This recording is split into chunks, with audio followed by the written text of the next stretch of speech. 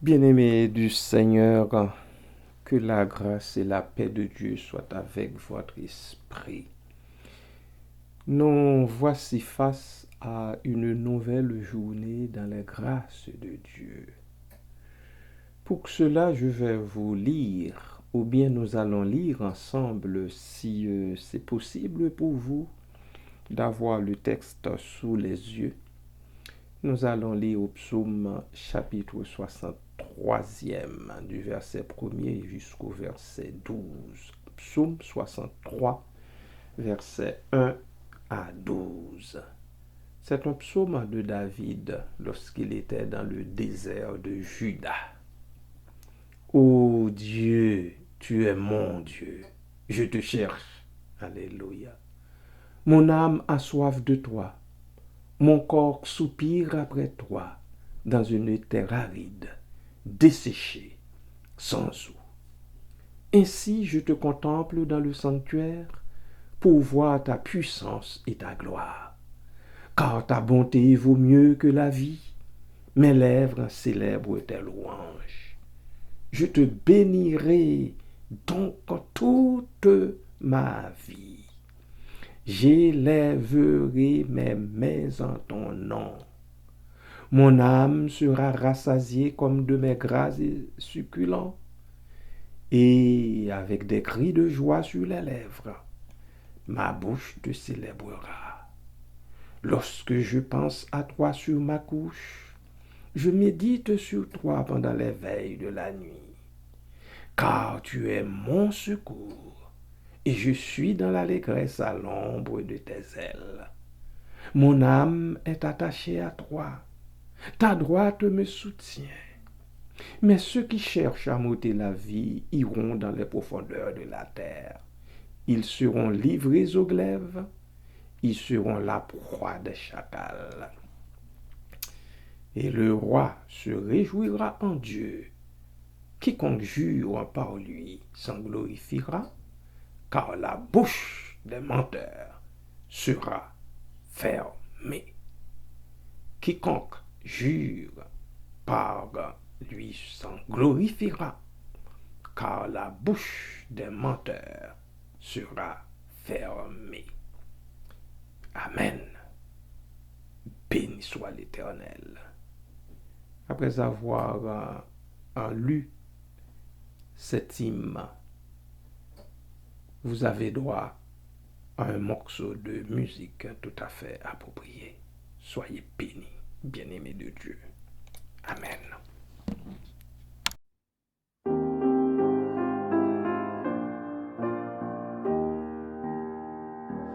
Mon cœur te cherche au point du jour. Ô Jésus, mon ami suprême, toi qui m'as tant aimé, je t'aime, et je vis de ton amour. Mon âme est attachée à toi, tout à toi, et tu fais ta demeure en moi. Je ressens ton cœur battre en mon cœur, et ta présence est mon bonheur. Pour moi sur la terre étrangère, ton amour vaut mieux que la vie. Jésus, pour mon âme ravie, n'es-tu pas le bon berger? Mon âme est attachée à toi, tout à toi, et tu fais ta demeure en moi. Je ressens ton cœur battre en mon cœur, et ta présence est mon bonheur.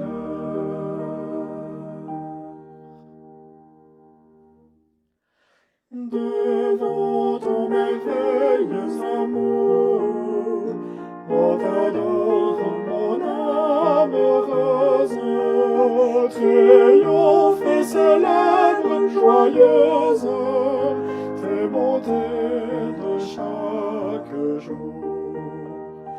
Mon âme est attachée à toi, tout à toi, et tu fais ta demeure en moi, divin roi. Je sens ton cœur battre en mon cœur, et ta présence est mon bonheur.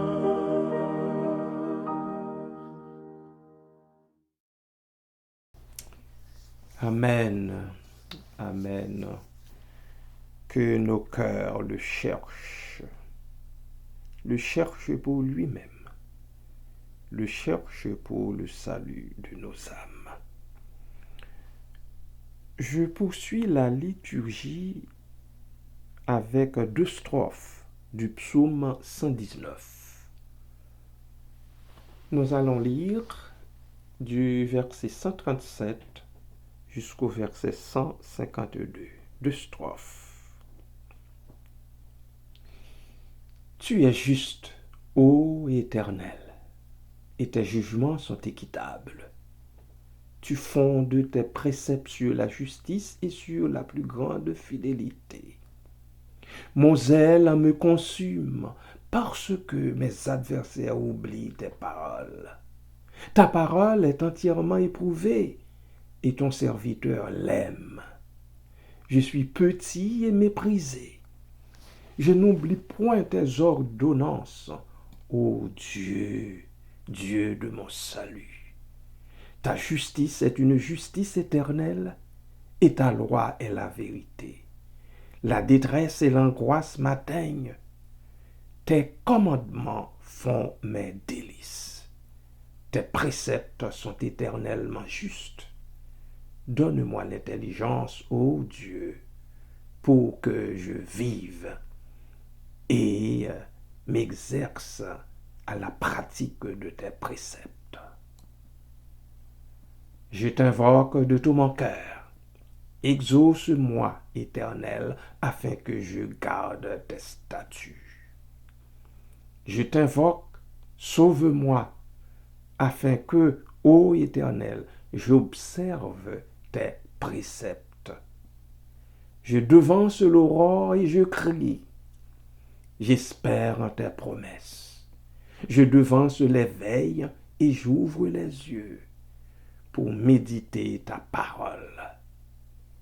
Écoute ma voix selon ta bonté. Rends-moi la vie selon ton jugement. Ils s'approchent, ceux qui poursuivent le crime. Ils s'éloignent de ta loi. Tu es proche, ô Éternel, et tous tes commandements sont la vérité. Dès longtemps, je sais, par tes préceptes, que tu les as établis pour toujours. Bien-aimés, dans ces 2 strophes de cet hymne combien long que David a écrit pour témoigner de la grandeur de Dieu, de la grâce de Dieu, pour élever le plus haut possible les lois, les ordonnances, les préceptes, les commandements du Seigneur, puisque c'est un psaume qui comporte 22 strophes. 22 strophes. Donc, ça veut dire, cet hymne-là correspond aux 22 lettres de l'alphabet hébraïque. Et quand je prends la strophe qui commence avec le verset 137, eh bien, j'étais justement rendu à la lettre Tsadé de l'alphabet. Tandis que l'autre strophe, la dernière strophe que je vous ai lue, qui commence à partir du verset 46, eh bien, du verset 45, commence avec la lettre Kouf, pour ceux seuls qui s'y connaissent, qui ont une petite idée de cette langue divine, de cette langue dont nous avons la Sainte Bible traduite en français et dans d'autres langues. Alors, David, il a eu à dire particulièrement au verset 147, qui vaut son pesant d'or. Je devance l'aurore et je crie. Alléluia, j'espère en tes promesses. Il reprend avec des synonymes. Je devance les veilles et j'ouvre les yeux pour méditer ta parole. Oh Dieu, tu es mon Dieu. Donne-moi de pouvoir devancer l'aurore chaque jour pour crier et pour espérer davantage en tes promesses. Donne-nous comme peuple, ô Dieu, de devancer l'aurore et de crier pour espérer en tes promesses. Aide-nous, Seigneur, à devancer les veilles de la nuit, à ouvrir nos yeux pour méditer ta parole. Enfin, Père, aide-nous dans ta grâce à apprécier un peu plus en chaque jour ta parole qui est la vérité. Béni soit ton nom, Seigneur. Amen.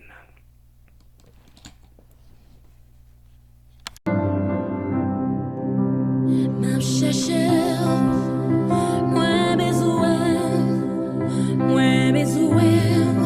plus qu'avant, moi senti, non moi sois, moi besoin, non yon l'autre niveau, moi besoin, non yon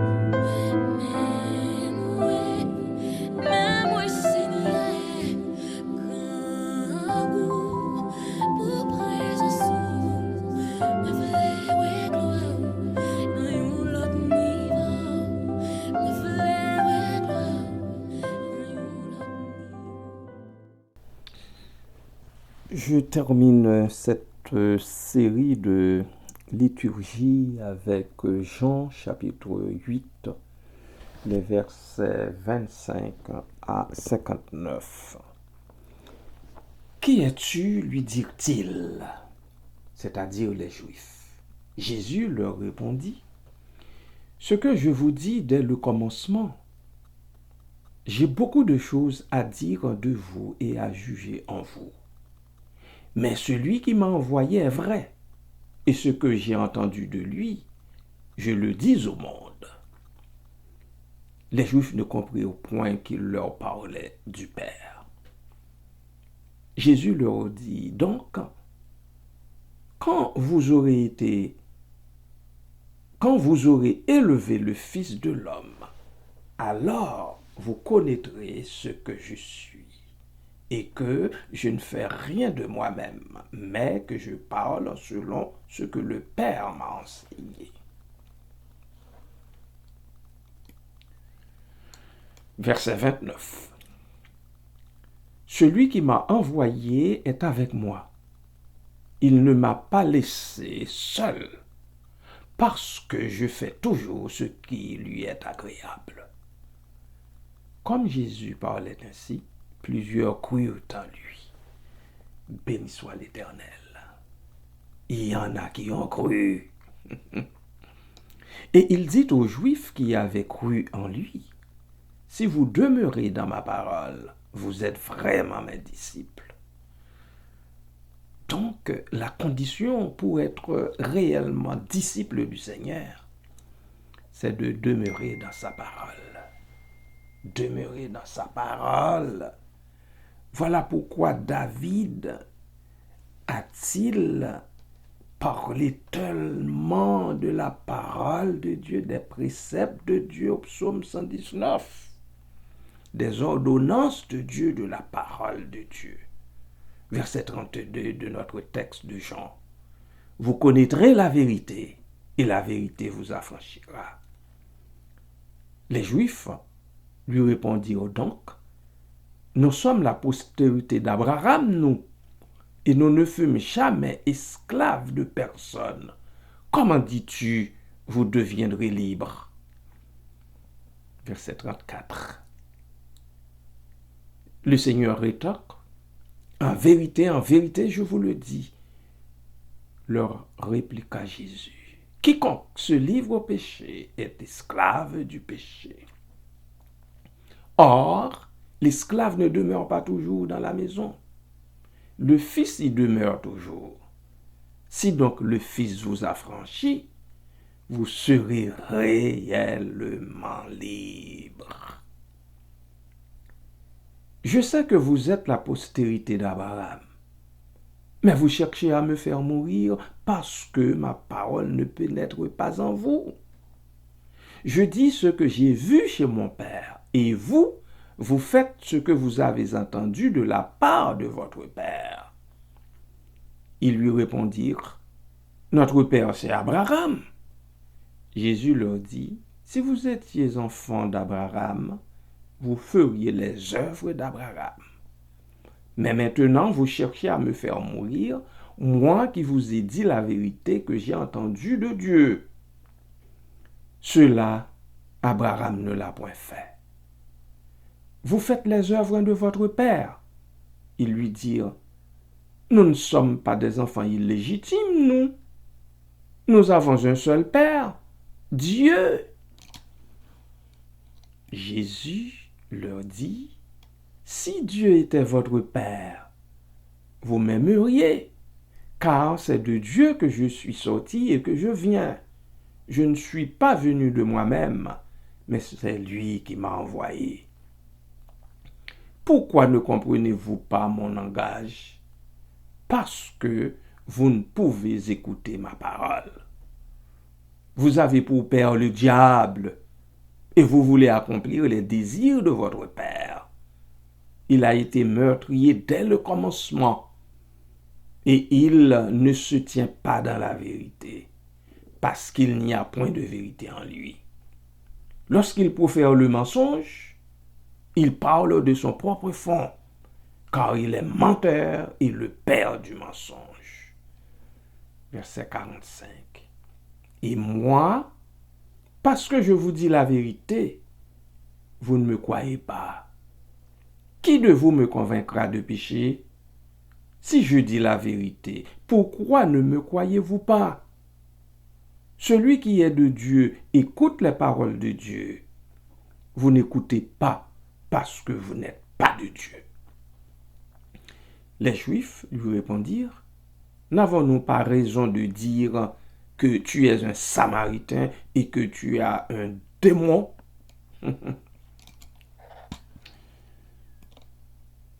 Jésus répliqua, je n'ai point de démon, mais j'honore mon Père et vous m'outragez. Je ne cherche point ma gloire. Il en est un qui la cherche et qui juge. En vérité, je vous le dis, si quelqu'un garde ma parole, il ne verra jamais la mort. Maintenant, lui dirent les Juifs, nous connaissons que tu as un démon. Abraham est mort, les prophètes aussi, et tu dis, si quelqu'un garde ma parole, il ne verra jamais la mort. Es-tu plus grand que notre père Abraham qui est mort? Les prophètes aussi sont morts. Qui prétends-tu être? Jésus répondit, si je me glorifie moi-même, ma gloire n'est rien. C'est mon Père qui me glorifie, lui que vous dites être votre Dieu, et que vous ne connaissez pas. Pour moi, je le connais. Et si je disais que je ne le connais pas, je serais semblable à vous, un menteur. Mais je le connais et je garde sa parole. Abraham, votre père, a tressailli de joie de ce qu'il verrait mon jour. Il l'a vu et il s'est réjoui. Les Juifs lui dirent, tu n'as pas encore 50 ans. Et tu as vu Abraham? Jésus leur dit, en vérité, je vous le dis, avant qu'Abraham fût, je suis. Là-dessus, ils prirent des pierres pour les jeter contre lui. Mais Jésus se cacha et il sortit du temple. Ces paroles parlent d'elles-mêmes, bien-aimés. Je vous laisse le temps de les digérer vous-même. Entre-temps, je vous souhaite de passer une très, très belle et bonne journée dans les bras du Seigneur, votre Dieu et de Jésus-Christ, le Fils unique venu du Père, pour racheter le plus vil des pécheurs, la plus vile des pécheresses, du péché, de la malédiction, de la mort. Soyez richement bénis en lui. Amen.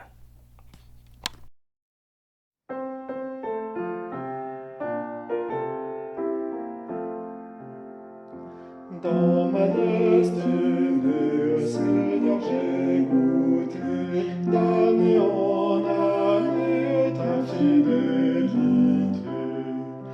Car dans les jours sombres, tu fus mon soutien, tu remplis les ombres pour qui t'appartient.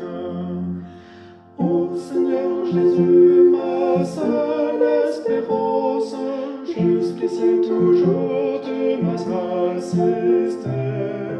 Tu seras ma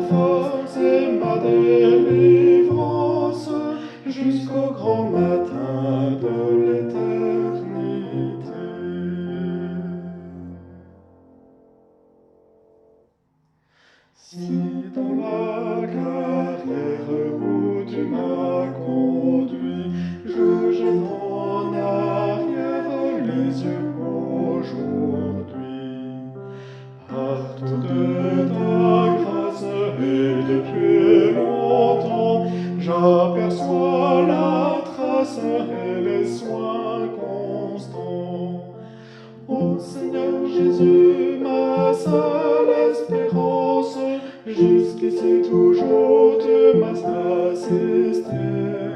Tu seras ma force et ma délivrance, jusqu'au grand matin de l'éternité.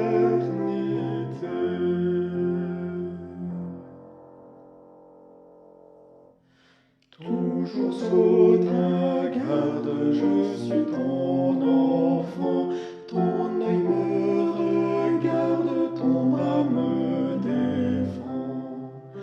J'aurai tes ressources toujours sous mon toit, car toutes mes sources, Seigneur, sont en toi.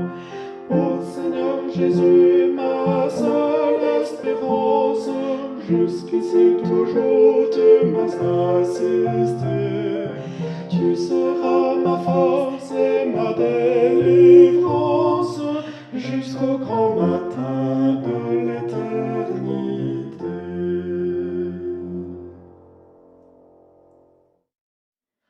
Le plus gros orage, tu l'as affronté, et j'ai mon courage puisqu'il est dompté. Je peux donc sans crainte aller jusqu'au bout, dans la même empreinte et chanter debout. Ô Seigneur Jésus, ma seule espérance, jusqu'ici toujours tu m'as assisté. Tu seras ma force et ma délivrance, jusqu'au grand matin.